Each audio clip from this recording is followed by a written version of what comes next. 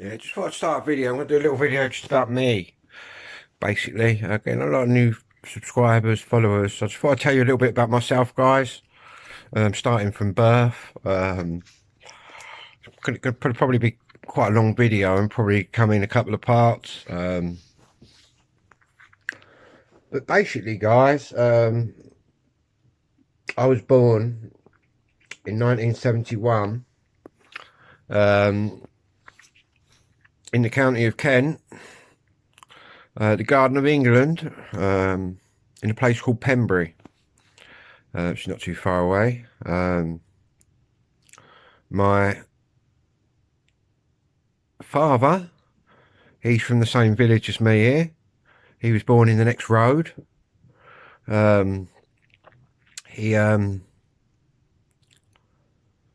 joined the Royal Navy at 15. My dad was a war child. Basically, the war ended. The Second World War ended on my dad's 8th birthday, on the 8th of May. So my dad joined the Royal Navy at 15. He went on to serve in submarines. My mum, she was born in a place called Bootle in Liverpool. And she was a rock and roll star, basically. She was in a rock and roll group called the Vernon's Girls, the original Vernon's Girls.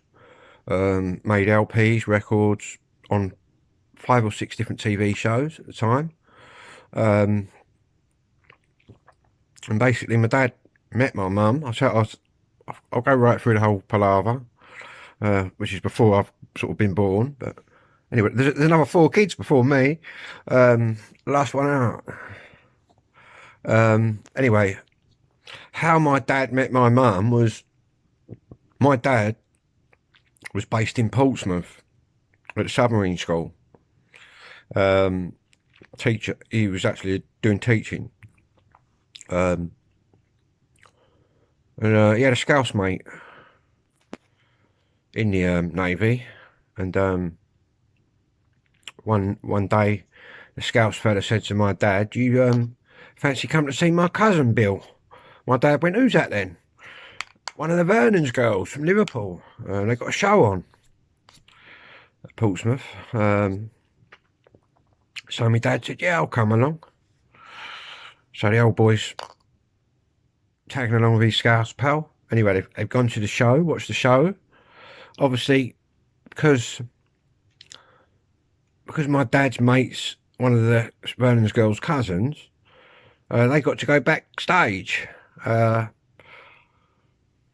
mum was obviously pretty pally with her cousin, his cousin, because somehow my dad's got in there. And I did often say to my dad, how did you do that?" He said, "No, boy, it was her coming for him, but who knows." But anyway, my dad invited my mum out. They seemed to hit it off to a pub in Portsmouth, and it was all, you can imagine what it was like in the 50s. Plenty of fighting, plenty of spitting sawdust kind of pubs, sawdust on the floor. My dad took my mum out to one of them kind of pubs. 6 months later, they were married. Bit of a whirlwind romance, but the 50s was a very different time. Basically, they had a choice about 61. My dad could either sign on a bit more in the Navy, which would mean him going to America, training some Americans in nuclear submarines, which was just coming out in their infancy. But the Vernon's girls, they was all arguing.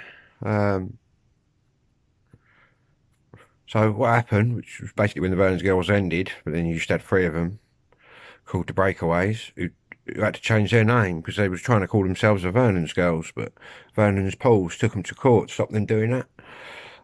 So they were known as the Breakaways. Yeah, so mum and dad decided You know what I mean? It was the 50s, after the war, feel good time, feel good factor, and all that old palaver. And they decided, let's get married, we'll start a life. So Mum and Dad came back to the village here and lived with me granny.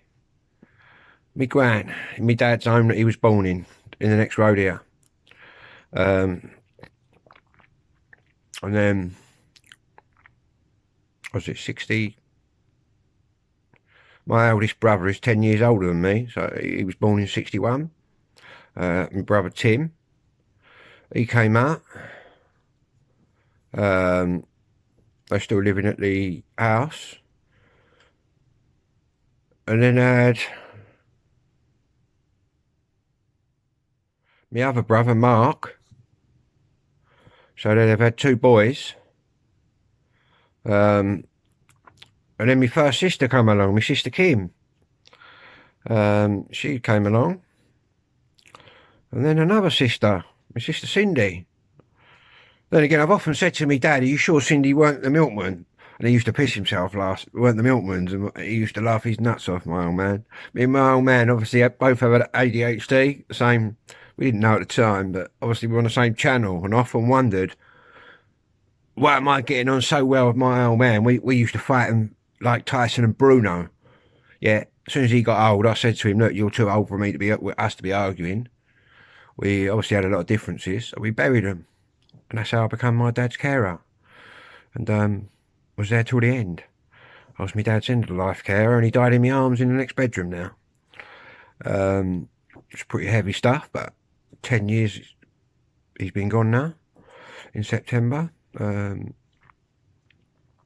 anyway, yeah, my sister Cindy come along, and then at some point, guys, they've got a flat, that bottom flat over there.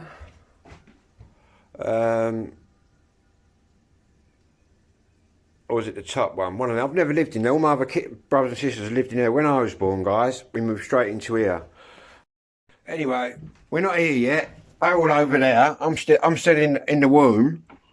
The 6th of September, about 8:30 in the evening. Boom! Out comes a big bomb called Phil. I weighed 13.8. So you can imagine what a huge lump of a child I was.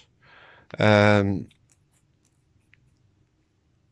I basically didn't come home, guys. I had to go in a special baby unit in an incubator.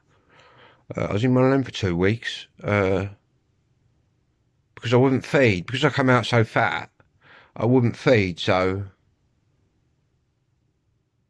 they had me in one of them. And basically, when I did come home, that's when they got this house. So really, I'm the only one that's really been born into this house. All the others are from over there. But my sister said she can still remember crossing the road with mother with me in her arms, coming in here. And we were the second people ever to move in this house. Obviously, I've been here 51 years. I've been here all the time, 51 years. And I'm still here. But we'll get onto why I'm still here and how I got to keep the house and all that in the videos. This is going to be part 1.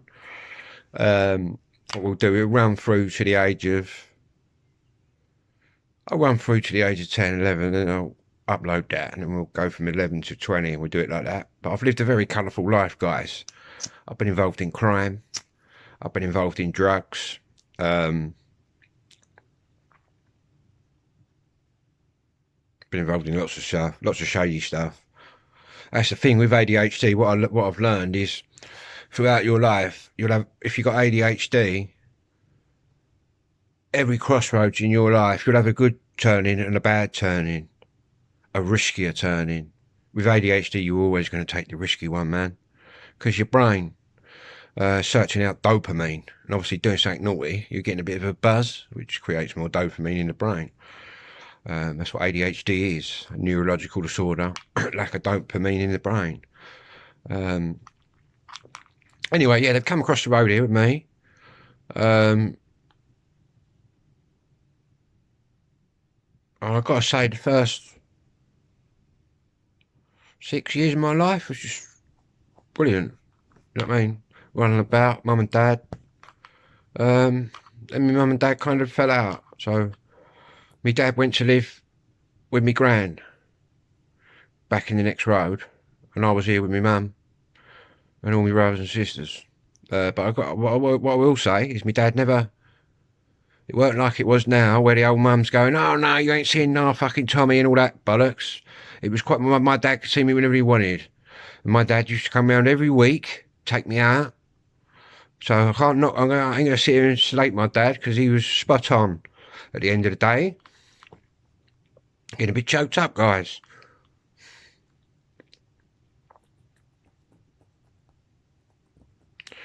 Yeah. Anyway, what happened then is my mum got cancer, guys, breast cancer. Sadly, back in them days, 1980, they couldn't really do a lot for the women. But I didn't really understand that at the time. I was 9. No one told me, you know, what I mean, you don't sit a 9-year-old down and try and explain to them what cancer is. But basically, what happened was, what I know now is, it got to the point where my mum had a few operations, and the doctors said to my dad, "We've done all we can do, Mr. Homewood.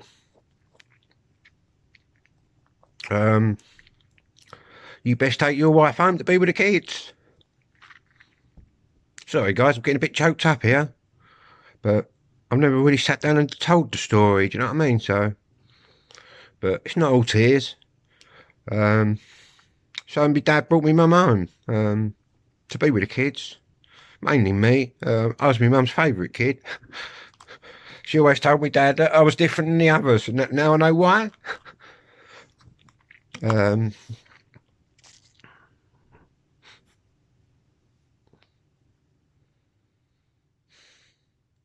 Anyway, I can still remember getting up 2 days after my 10th birthday, when my mum passed away, in this room I'm sitting in now. Probably right in the spot I am. I don't mind that. I can talk about that now. I still remember my dad telling me that my mum had gone to be with the angels.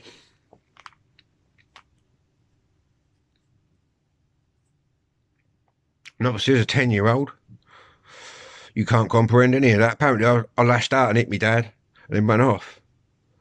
But I've got to say, I wouldn't wish that on any kid. I'm just going to have a little pause break, guys, just to gather myself a. I'm all good, people. Yeah, anyway, I'm going to grab a coffee, I think. I went to my mum's funeral. Well, also, so as soon as my mum got ill, my dad came back.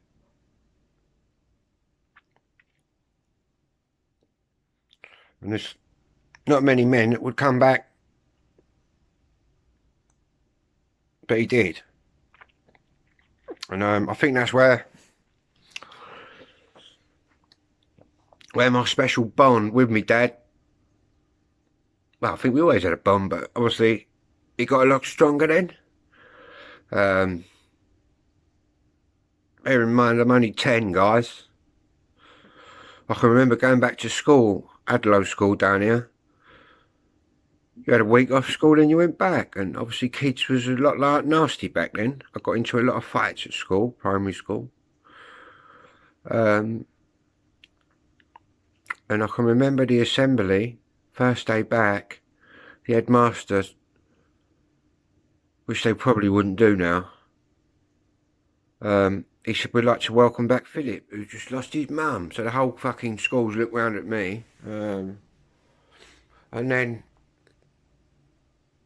you got your sympathetic kids at school, and you got your right, "We don't care if your mum's died" crew. So I used to get a few kids being nasty. I didn't walk away. I wasn't taught to walk away. So I used to have a go, basically, and get in trouble because I've had to go back. And then at school they used to give me a clout. Imagine this, guys. You've been back to school a couple of weeks after your mum's died. I couldn't concentrate. It's the ADHD, it's all of it bubbling away. And they used to pull me out of class and sort of give you the slipper and make me stand in a corner with my hands on my head and Chinese sort of torture, do you know what I mean? But things have changed now down there. I've been down there since, you know, and asked them how they treat kids now. It's a completely different world. Obviously, back in my world, it was very brutal, very rough, and very in your face. There was no depression. No one spoke about mental health. Do you know what I mean? Or anything like that. There was no mental health. Do you know what I mean? People was brought up to keep stum and just crack on. So that's what I did.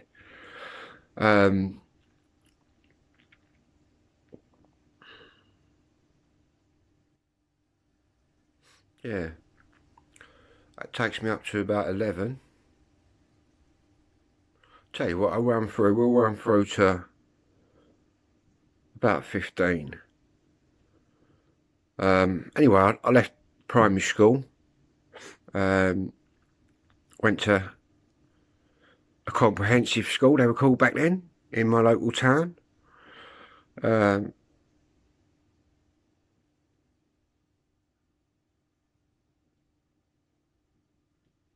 That's where the two-tone all started. When I was ending primary school, so much of a little rude boy skinhead I was. But then back in my day, the crew in our village weren't like now, where there's all these individual little gangs. What two-tone did, it brought everyone together.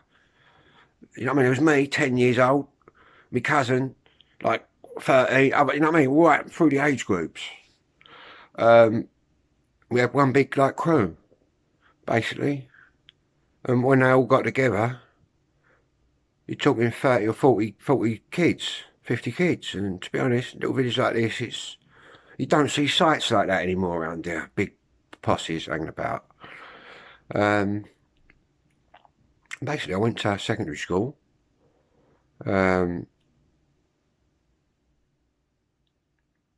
Still feeling,